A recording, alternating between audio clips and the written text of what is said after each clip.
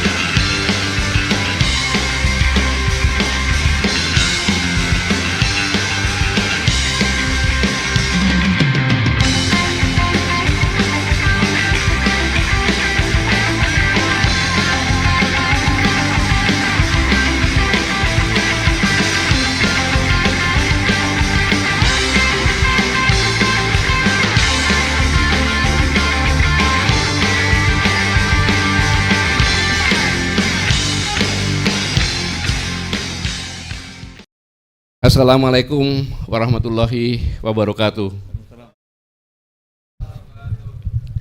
Alhamdulillah wasyukurillah la haula wala quwata illa billahil azim. Allahumma shalli ala sayyidina Muhammad wa ala sayyidina Muhammad. Yang saya hormati, saya banggakan Dekan Fakultas Hukum dan seluruh sivitas akademika Universitas Muhammadiyah yang saya banggakan. Khususnya, jadi bingung, kita sepakat dulu. Tadi saya dipanggil di sana Om. Sekarang di sini panggil Kakanda. Kira-kira yang bersiapa ini? Kanda aja lebih muda. Ya? Kanda lebih muda. Adinda berarti ya? Adinda. Iya kan? Dipanggil Om, kalau panggil Om berarti saya manggil anak kan gitu. Nah, iya. Anak-anak. Kalau Kakak Anda saya bilang adik-adik. Kira-kira siapa dibilang adik nanti Pak tua gitu. Dibilang nak nanti kayak anak-anak kan gitu. Gimana kira-kira?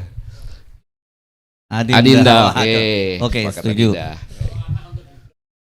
Oh, anak untuk Gibran ya.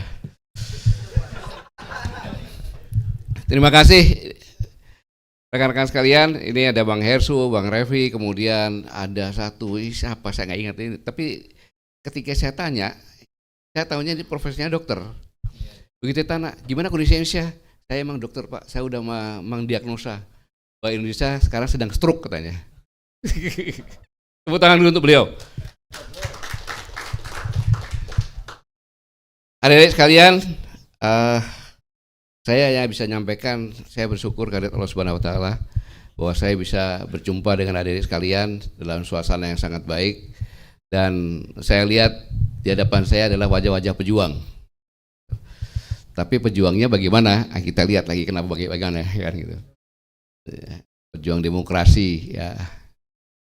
Tapi untuk itulah saya perlu menjelaskan bahwa kondisi sekarang ini adalah bukan ujuk-ujuk, apa ujuk-ujuk, tiba-tiba seperti ini gitu. Karena sebenarnya berawal ini saya pernah bicara pertama kali di UI, terus ITB ada 59 universitas. Ada teori Thomas Malthus 1798 yang mengatakan bahwa pertumbuhan penduduk seperti deret ukur geometrik, kemudian kesediaan pangan seperti deret hitung aritmatik gitu. Jadi kalau deret hukum pertumbuhan manusia itu 1, 2, 4, 8, 16 dan seterusnya. Tapi kalau kesediaan makan 1, 2, 3, 4, maka pasti akan terjadi pertemuan titik antara jumlah penduduk dengan kesediaan makan yang membuat itu berbahaya. Mengapa berbahaya? Karen Population mengatakan bahwa bumi ini normalnya hanya dihuni oleh 3 miliar orang. Untuk hidup normal. 3 miliar orang. Sedangkan sekarang jumlah penduduk kita sudah 8 miliar 267 lah kira-kira. Miliar. Ya, 8 miliar 267 juta. Berarti kita sudah overlapping hampir 200%. Kan sepertiganya kurang lebih kalau. Maka wajar kalau melihat seperti ini, di mana Abraham Maslow bilang, dia ahli psikologi humanik, bahwa orang itu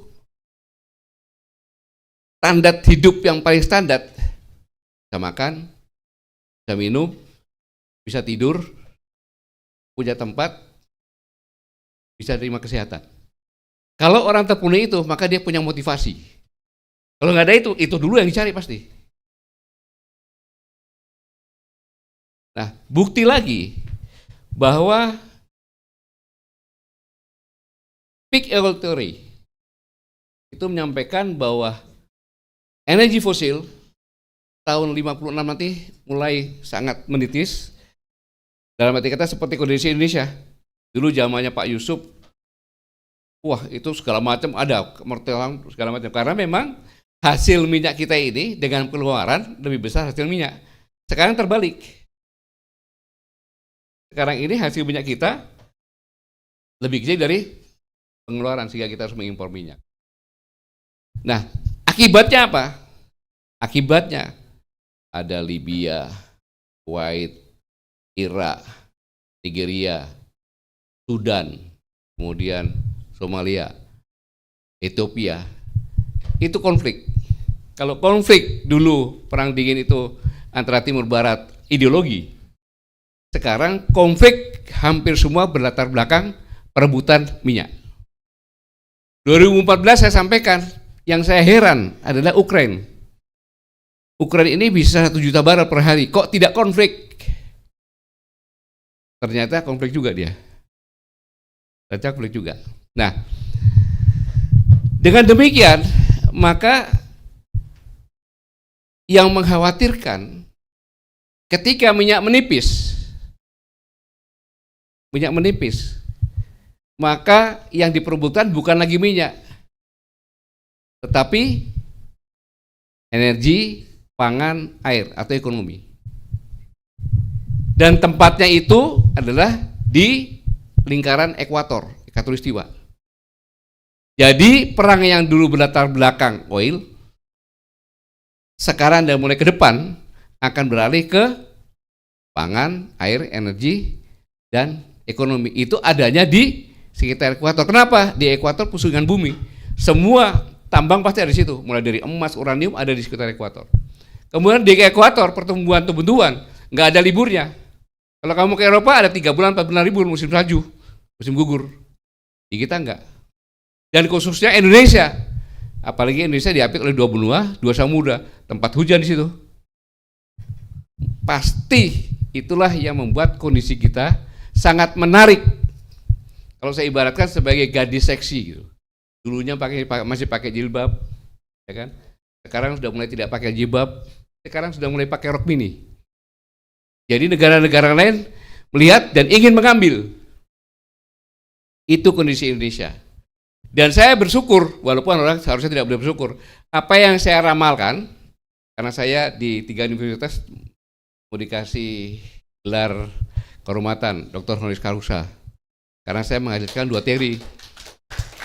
Ya, yang tadinya perang berlatar belakang oil, berubah menjadi pangan, air, energi, yang tadi di Arab Spring, beralih ke kita khatulistiwa. Tapi saya tidak berani menerima itu, maka saya tolak waktu itu. Kenapa? Karena begitu saya pulang, saya dibully nanti sama istri saya, anak-anak saya, menantu saya.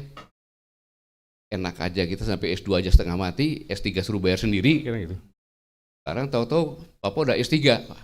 Daripada saya jadi benda asing, manusia asing di keluarga saya, mendingan saya tidak terima saja lah.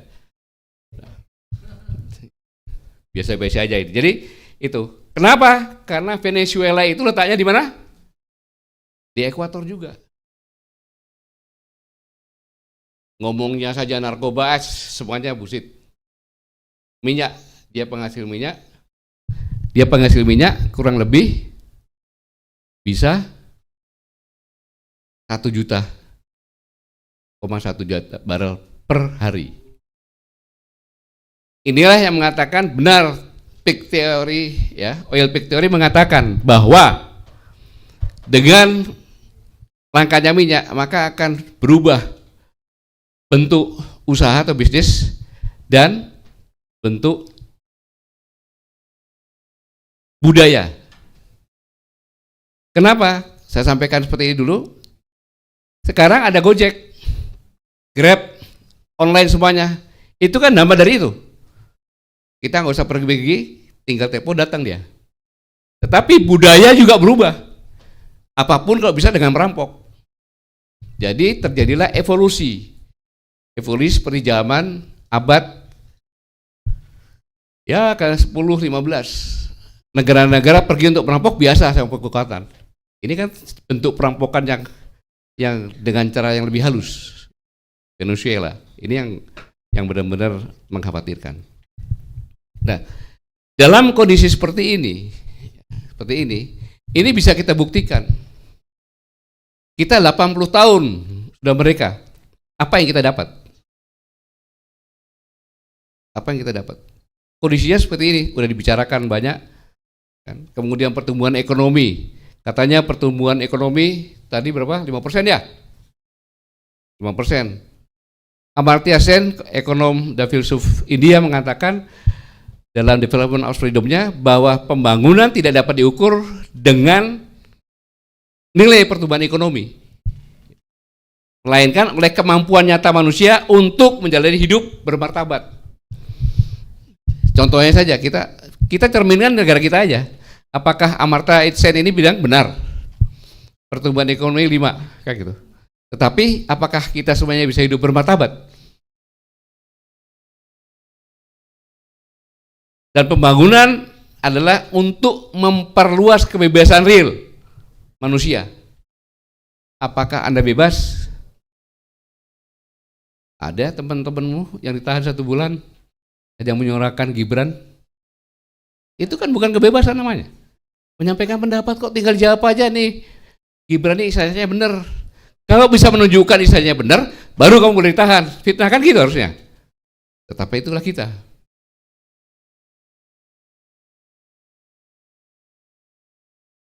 Jadi kalau pertumbuhan ekonomi tidak meningkatkan harkat hidup layak, memperoleh pekerjaan yang bermartabat, kemudian ya semuanya hilang maknanya. Karena pertumbuhan ekonomi ini ditunjang oleh tambang, ya kan, nikel, emas, batu bara, sawit itu. Makanya ada pertumbuhan ekonomi yang 2 digit, 20,3 atau 0,2 itu. Morowali, Maluku Utara juga. Pertumbuhannya tinggi, tapi lihat di sana masih miskin. Kalau dilihat dengan kemiskinan, kan itu. Kalau kemiskinan katanya kita, menurut penelitian kita ini, berapa persen itu Bang?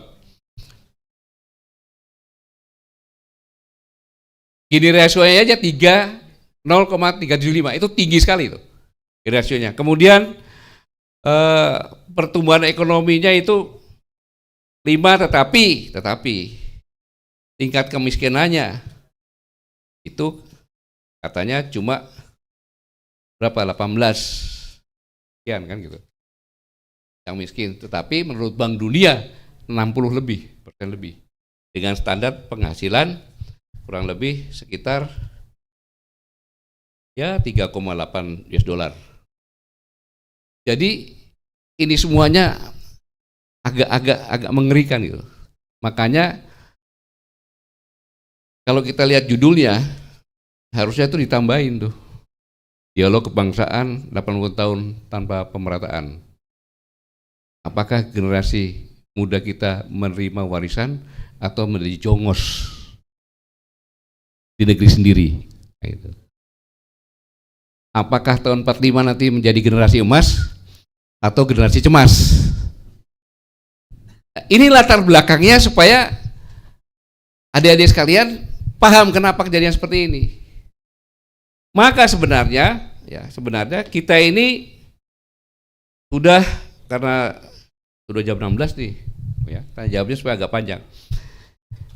kita ini dari semua yang ada hal-hal yang aneh-aneh yang sangat membahayakan.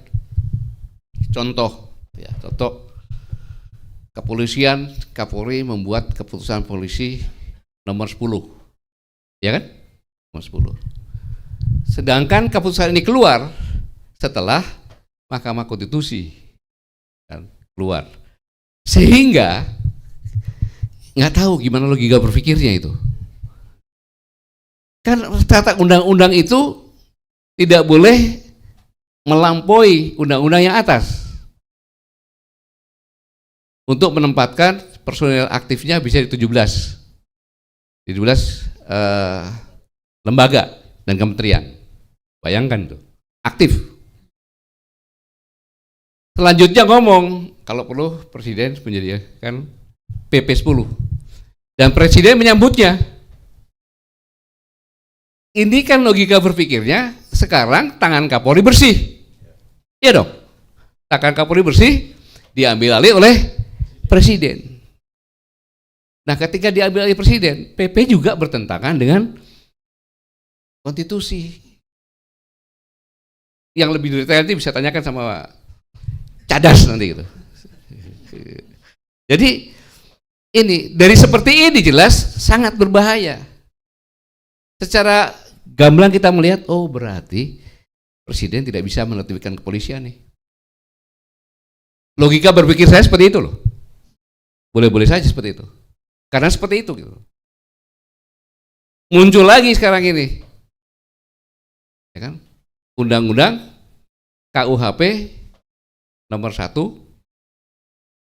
2023. Karena ada masa reses, masa vakansi nih saya ya. Tadi dijaga oleh Pak Refli.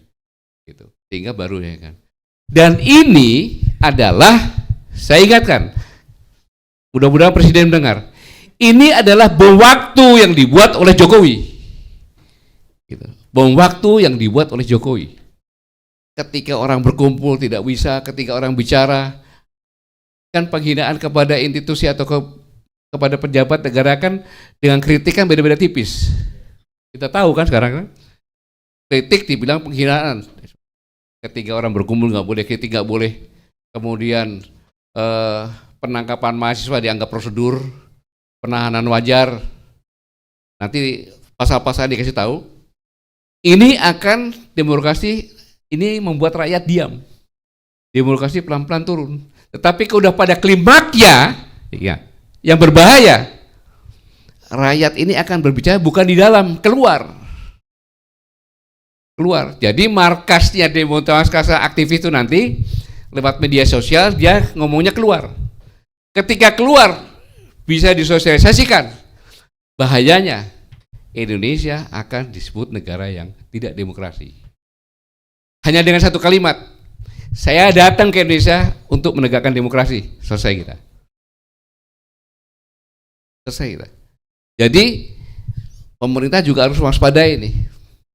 PP, undang-undang PP, kemudian undang-undang yang baru ini akan diundang-undangkan, pasal-pasalnya saya melihat ada seperti itu. Seolah undang-undang ini untuk membungkam dan untuk penguasa gitu. Yang tidak mau dikritik. Bukan buatan Presiden Prabowo, tetapi ini buatan jangan Jokowi. Yang berapa kali ditunda-tunda, kemudian DPR rapat secara diam-diam, lalu diundangkan ini. Jadi ini adalah bom waktu. Maka mungkin saya juga heran, apakah staf-stafnya tidak memberikan masukan kepada beliau, saya tidak tahu. Nah, dari kesemuanya ini untuk lebih singkat lagi ya, bahwa yang paling penting adik-adik sekalian, terus saja, yang paling penting dari semua tadi, bahwa Indonesia adalah target dari neo-imperialisme dan neo-kolonialisme. Pertanyaannya, apa yang dikuasai? Ini yang dikuasai. Jadi kalau ada adik sekarang, kenapa saya seperti ini? Gitu. Karena neo-kolonialisme itu target sudah berjalan.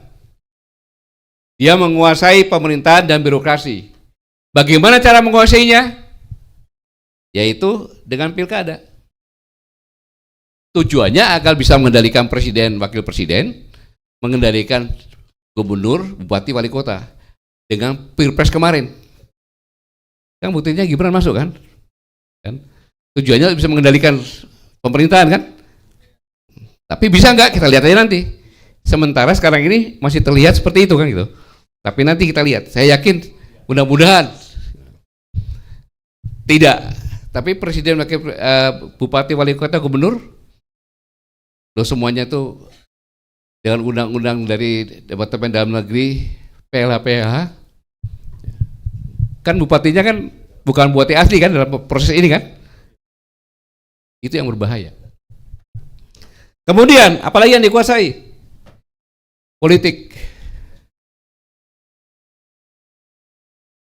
Parpol, ormas, ketua-ketua parpol yang bermasalah dibiarkan, habis itu disandera.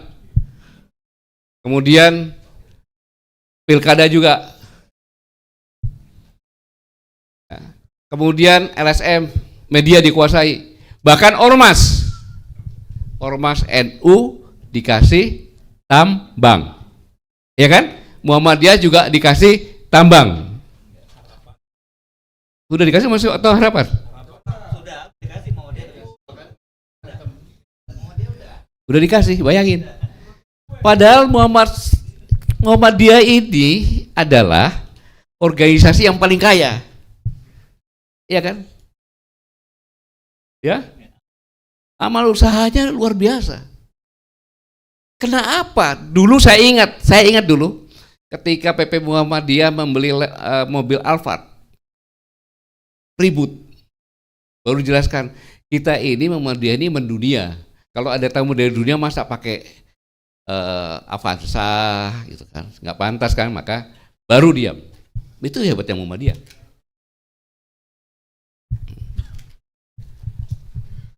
LSM, media, semuanya udah dikuasai. Terus ekonomi dikuasai. Sumber daya manusia dikuasai. Emangnya universitas ini nggak dikuasai? Dikuasai. Emangnya mahasiswa nggak dikuasai? Kamu jadi BEM itu berapa lama sih? Setahun kan? Selesai sudah. Ini sistem penguasaan seperti itu. Guru besar, berani nggak dia bicara? Nggak bisa. Doktor bicara, saya tahu kalau nggak bakalan jadi profesor. Selesai. Ada teman saya itu. Akhirnya bilang, saya tetap akan bicara. Kenapa? Daripada saya profesor masuk neraka, dia bilang gitu.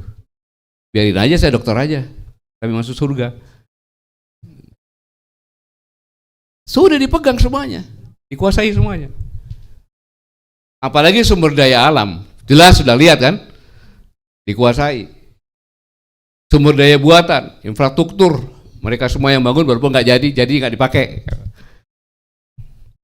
Pertanyaannya siapa yang menguasai? Ada yang tahu? Ya? Yang kuasai ini adalah rejim Jokowi. Rejim politik Jokowi, bukan sendirian, rejim politik Jokowi yang menguasai. Itulah yang membuat negara kita itu sekarang seperti ini. Jadi hebatnya mereka itu menggunakan boneka-boneka dari negeri sendiri. Itu sudah saya sampaikan 2014 dengan judul Proxy War. Mari kita buktikan bahwa negara ini sudah terkena ini. Ya, kita buktikan. Ini buktinya. Kita lihat kriteria negara kuat standar global. Ada enggak Indonesia di situ? Lihat. Kekuatan sains, coba lihat. Kekuatan finansial, kekuatan sains. Apa kira-kira inovasi-inovasi yang ada dari Indonesia? Mobil SMK? Mobil gaib? Apa? Dulu masih ada, Nurtanio masih produksi, sekarang masih produksi Nurtanio. Mana? Pindad apa yang dihasilkan? Industri strategis lainnya apa lagi? Kemudian kuat dalam finansial. Nggak usah banyak bicara, cukup saya jelaskan. Hutangnya banyak itu nggak mungkin kuat finansial, betul nggak? Hutangnya aja banyak. Ya kamu yang nanggung, saya udah mati nanti. Kuat dalam industri. Apa industri apa yang ada di sini? Bikin mobil aja nggak bisa. Apa industri? Waktu itu masih pesawat CN itu dipakai nyerang Venezuela loh itu. Jangan salah itu bagiannya itu ada itu. Ini ya benar. Sekarang mana? Kuat dalam pertahanan. Kuat dari mana? Pertahanan kita. Saya menyatakan pertahanan kita tidak kuat. Saya mantan Panglima TNI. Dihadapkan dengan standar global. Tujuannya apa? Supaya Presiden mendengar dan sadar memperkuat pertahanan sekarang ini. Waktunya Venezuela itu bercermin kita harus seperti itu. Jangan tergantung dengan yang lainnya lagi tentang pertahanan. Jadi adik sekalian, inilah bukti bahwa kita adalah bukan negara yang tidak dikuasai, sudah dikuasai semuanya. Ya, Indonesia memang target penjajahan baru, maka hasilnya seperti ini. Lalu pertanyaannya, kenapa sekarang pemuda seperti itu? Kan gitu. Kenapa Gen Z sekarang seperti itu? Ada bisa jawab nggak? Waktunya udah sore nih, aduh. Sebenarnya identitas pemuda itu adalah penggagas dan pelaku perubahan. Betul nggak? Sekarang kamu itu nggak? Hah? Omong kosong. Omong kosong. Hah? Mudah-mudahan setelah saya bicara iya. Tapi sekarang enggak, saya katakan. Ayo diskusi sama saya. Karena apa? Ingat, 1911 Serikat Islam yang mendirikan HOS Cokroaminoto umur berapa dia? Kayak gitu. Kalau Muhammadiyah memang udah berumur 40 lebih. Karena prosesnya waktu itu anaknya Takmir Masjid Joko Krayan ya. Kauman, ya kan? Anaknya namanya Darwis. Di situ Sri Sultan Hamengkubuwono ke-8 melihat ini orang pintar, hafiz Quran. Disekolahkanlah ke Mekah. Pulang, suruh ngajar, belajar lagi, berangkat lagi, ketemulah sama ini Kiai Haji Hasyim Asy'ari. Kemudian ketemu lagi juga dengan yang Jawa Tengah itu, bukan Munawir, Kiai Munawir Krapak, sama Demiati Temas, Jawa Tengah. Ya, Temas, ya, Ponorogo ya Temas, ya. Mereka berbicara, kok enak ya hidup di Mekah. Semuanya rata, nggak ada di beda-bedakan. Kalau kita kok kita begitu pulang udah jadi anjing lagi gitu kan gitu. Maka mereka harus berdiskusi dan ketemu diskusinya. Selama ratusan tahun kita tidak pernah bersatu. Karena yang bersatu harus punya intelektual. Maka begitu Kiai Darwis pulang, ketemu sama Sri Sultan, dia suruh ngajar di HIS untuk belajar di sana. Setelah pulang, namamu itu ke Belanda-Belandaan. Darwis kan? Maka dia ganti Ahmad Dahlan, Kiai Ahmad Dahlan. Dan suruh membuat sekolah-sekolah dengan organisasi Muhammadiyah 1912. Kemudian setelah itu semuanya berjalan, ya, baru lahirlah Nahdlatul Ulama. Gitu. 26. Konsepnya adalah melawan mode Belanda. Jadi yang pakai mode Belanda itu ditentang sama dia.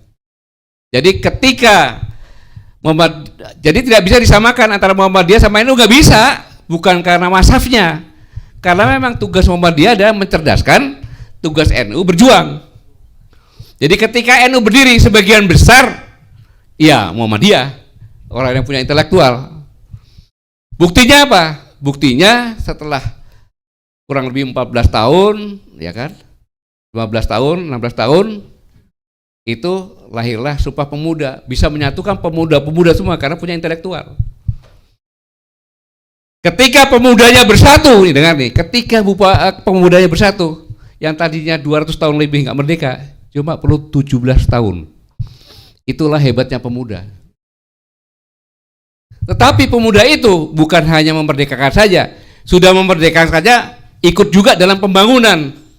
Itulah yang namanya penggagas, juga pelaku. Sehingga ketika diserang lagi oleh sekutu di Surabaya, pemuda-pemuda yang tadinya itu berjuang mempertahankan. Ketika itu selesai, kalau pemuda seperti ini kalau jadi presiden gawat gak? Gawat, mau apapun juga bisa. Maka Bung Karno bicara, beri aku berapa? 1000, ya, 1000 orang tua akan kucabut Semeru dengan akarnya. Beri aku 10 pemuda akan kuguncang dulu. Artinya pemuda sebagai alat, untuk dinamisasi, gitu. Mulai dari situlah maka lahirlah Menteri Muda, terus Menteri Pemuda dan Olahraga sampai dengan sekarang. Yang penting berolahraga dan sehat. Karena pemuda itu bahaya kok dia bangkit. Sampai sekarang itu. Paham ini ya sekarang ya? Makanya susah. Apalagi sekarang ini lebih susah lagi. Kenapa? Karena kalau dulu sekolah nak sekolah nak, cok sekolah cok, biar kamu pinter. Kalau udah pinter kamu lawan Londo tuh, lawan Belanda dengan otakmu.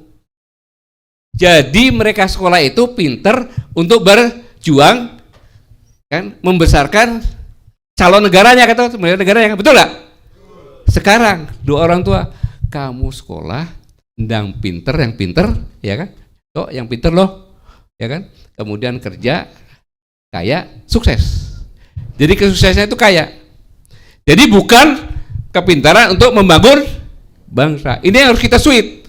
Kepintaran itu untuk bersama-sama membuat bangsa ini supaya tidak miskin. Sehingga kau bisa bicara, monyong, kamu boleh kaya, tapi jangan kita miskin dong. Kan gitu.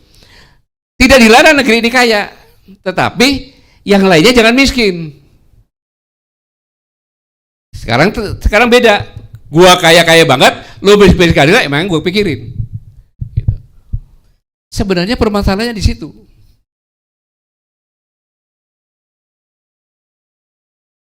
Kenapa diam? Bener ya? Jadi ini yang penggagas sama, ya, kalau penggagas agen politik berjuang, kalau ini pembangunan, agen pembangunan. Nah kalau ini bisa kamu lakukan, inilah identitas pemuda yang sebenarnya. Dia harus menjadi penggagas dan pelaksana, gitu. Jadi bergerak di bidang politik sama dengan pembangunan. Bisa ini? Bisa. Ya, harus bisa. Gitu. Nah, lalu pertanyaannya sekarang kan, gitu. Pertanyaannya sekarang, apa yang harus kamu lakukan dalam kondisi seperti ini? Katanya apa coba? Ah, ya benar kan?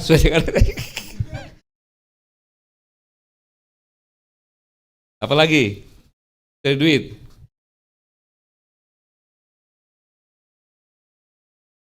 Iyalah. Apalagi?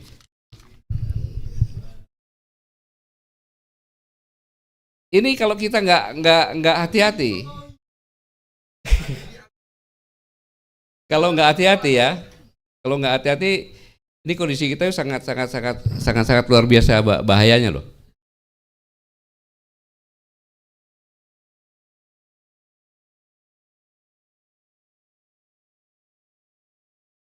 Ya ini benar-benar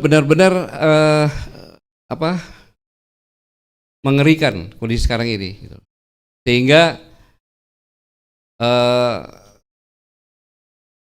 ada pernyataan Gen Z kan yang mengatakan, dengar saya baik-baik, Belanda 350 tahun menjajah negeri ini, tapi gunung tidak digunduli segila ini. Sungai tidak diracun sebangsat ini. Kita merdeka 80 tahun, gunung digunduli, sungai jadi comberan, hutung segunung, infrastruktur sebangun asal jadi salur roboh. Ini bukan salah penjajah masa lalu. Ini adalah ulah tangan-tangan serakah hari ini.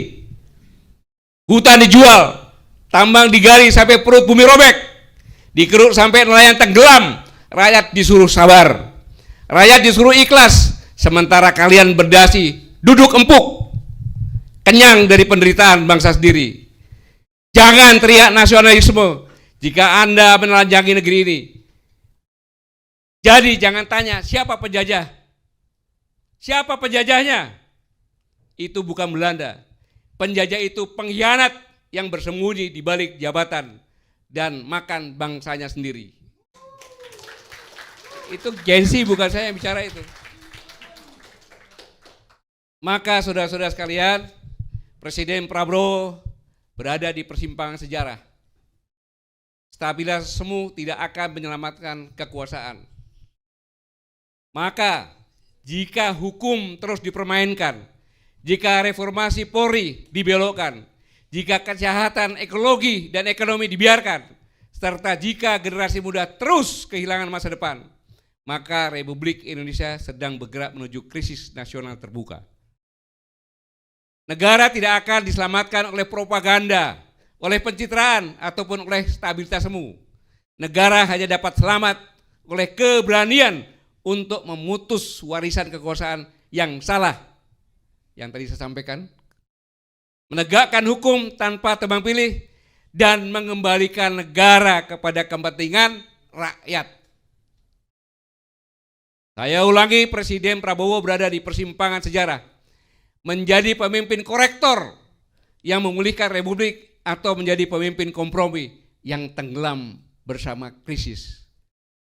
Ingat, sejarah tidak pernah menunggu kesiapan penguasa.